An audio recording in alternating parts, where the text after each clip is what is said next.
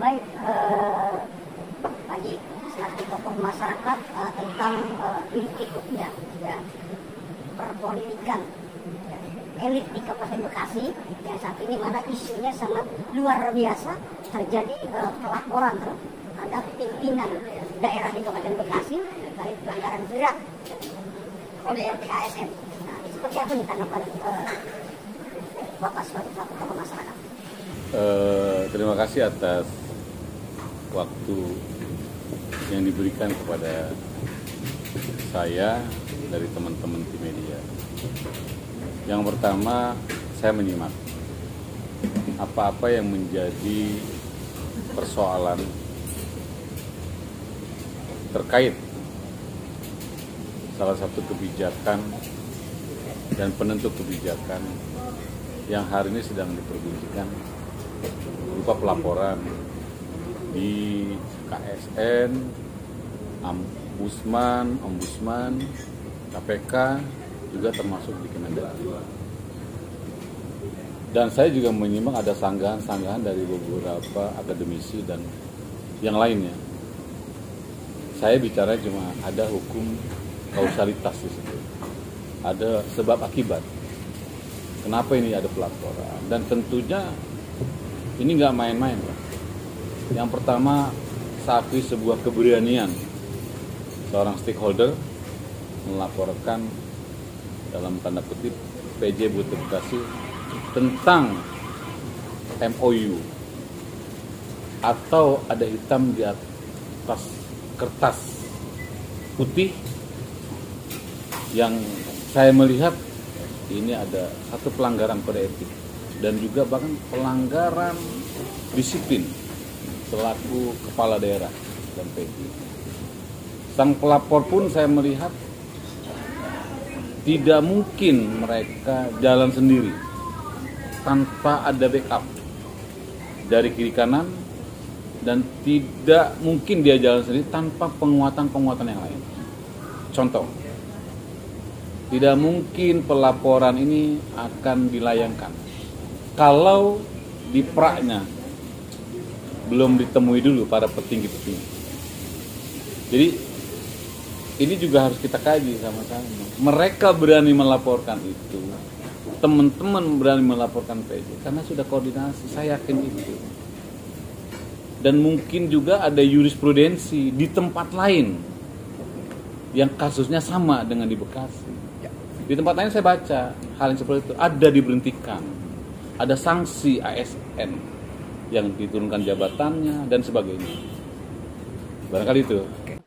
Baik, Pak Haji, kami menyimak dari statement Pak Haji, berarti ini ada salah satu bahwa teman-teman lembaga ya atau stakeholder yang melaporkan itu sudah ada kajian ya dengan para penegak hukum atau penegak ASN yang lainnya gitu, itu nggak sembarangan melapor gitu kan.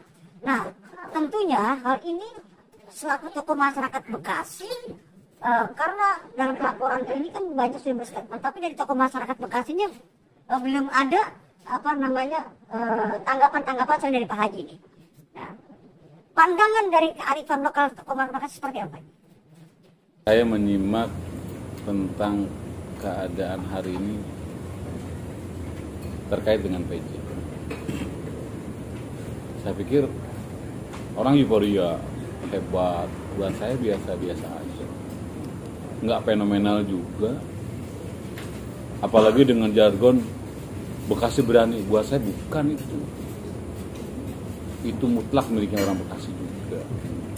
Dan tidak perlu seorang PJ yang menggaungkan itu. Dari dulu Bekasi sudah berani. Dan bahkan pemberani di saat juga terjadi perang, revolusi. Jangan curilah statement itu, ya kan. Yang kedua, kalau hari ini tokoh nggak berani muncul, saya pikir bukan nggak berani. Mereka hanya berani di belakang layar. Kalau saya jelas, PJ ini kan dulu jabatannya apa di Jawa Barat? Yang juga orang yang menolak hasil pemilihan wakil Bupati Bekasi sisa masa jabatan 2017-2022. Beliau yang nolak. Tidak memenuhi syarat, kekurangan administrasi, dan sebagainya. ternyata hari ini tergiur, ngiler, kan gitu kira-kira. Ingin jadi PJ di Bekasi. Sudah cukup 3 bulan yang lalu, clear, namanya baik. Kalau kembali lagi berarti kan merasa enak di Bekasi. Dagingnya bukan sapi yang ada di kebun dan kali Cikarang. Ini dagingnya yang dikirim dari Australia ini ya kan gitu. Yang begitu dipocel gembel gitu kira-kira. Baik, ini fenomenal sekali saya dengan karakter dari tokoh fenomenal ya. Ini majas metafornya sangat ini dalam sekali ya. Baik, berarti, nah ini kan banyak kinerja PJ ini disorot dengan sat-satnya, dengan pembentukan tim-tim ya. Semenjak hadirnya beliau menjabat PJ 2 kali, banyak tim-tim yang terbentuk. Tanggapan ketua nih sebagai tokoh masyarakat, apa sih ini progresnya kalau menurut ketua? Adakah progresnya atau seperti apa itu? Nah, ini sebuah satu pertanyaan yang menarik yang publik harus paham. Kalau orang sudah infansi, katakan dalam kata kutip, Belanda dulu ingin menjajah Indonesia. Kenapa merdekanya terlambat? Ya, tadi karena banyak inlander, menir, nikah yang mau dibayar, yang mau jadi kacung, kan itu persoalannya. Coba stuck bahwa Bekasi tidak bisa diintervensi dengan siapapun. Ini loh Bekasi, dengan jargon kota patriot, dan ini harus dijawab. Bekasi kota Jawara, Bung, iya kan gitu. Jangan diintervensi. Itu sebagai tameng saya lihat, apalagi TPPD. 1 orang 10 juta, TPPD ada 10 orang, 100 juta 1 bulan. Sudah berapa bulan jalan hari ini? Berapa uang APBD? Coba diberikan orang miskin. Kerja yang diputuskan biasa-biasa aja. Toh hari ini kekisruhan juga ada di mana-mana. Tanya, cek, apakah ASN Soli di dalam? Enggak. Artinya tidak menerima utuh. Toh di belakang masih banyak orang yang gerutu juga. Gak usah munafik yang kayak gitu. Apalagi di saat besok kepentingannya tidak tersalurkan lewat seleksi open bidding. Kan itu persoalannya, OB, ya kan? Nah ini artinya banyak peristiwa yang teman-teman tidak sadar. Saya sudah biasa berhadapan dengan pemerintah untuk mengkritisi. Dan jangan takut tidak makan, rezeki sudah diatur Tuhan. Ada Allah yang Maha Kuasa. Tidak ada. Siap. Ini kan persoalan etika, saudara PJ ini kan gitu. Pinter boleh buat dia, tapi buat jangan belum tentu. Bukan kita juga mengkritisi ini tidak punya dasar. Oh, saya yang tahu kok semuanya. Gitu bro. Oke. Baik. Nah, di masa saat ini ya, dalam waktu-waktu dekat ini ya, kembali kepada pemerintahan adanya rotasi dan mutasi nih Ketua ya. Beredar juga ya bahwa kabarnya bahwa ini ada yang melanggar aturan gitu kan ya. Pernah dari media Swatantra ya, jadi kutip itu adanya seorang pejabat yang belum pada masanya tapi sudah dipindahkan ya, jabatan tingkat yang lebih tinggi yang lainnya.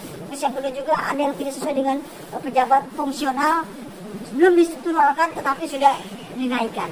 Itu seperti apa? Apakah ada terjadi indikasi-indikasi transaksional yang sangat melekat dalam program rotasi-mutasi ini?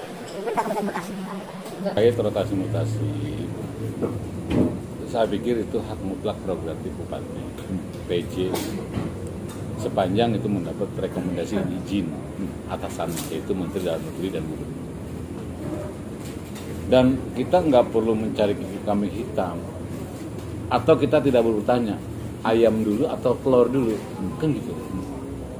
Kita lihat hari ini faktanya banyak yang merasa dikecewakan, banyak yang sudah berbuat juga tidak tersampaikan, duduk di kursi yang diidamkan, dan ada yang hari ini yang merasa kesakitan kena tempatnya bergeser.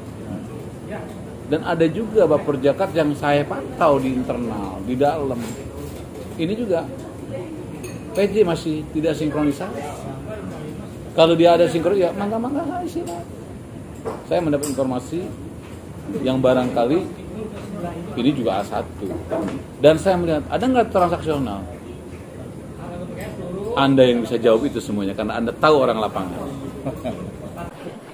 Baik, satu lagi yang terakhir.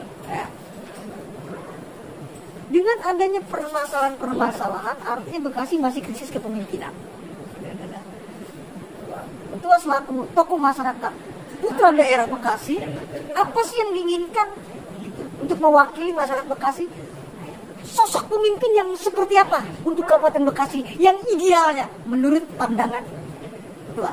Dari awal, saya sudah tidak menginginkan PJ Dani kembali ke Bekasi. Apa ingin? Kembalikan, ganti casing yang baru aja. Yang mereka betul-betul ingin bangun, tidak punya kepentingan di Bekasi. Baik. Ingat loh,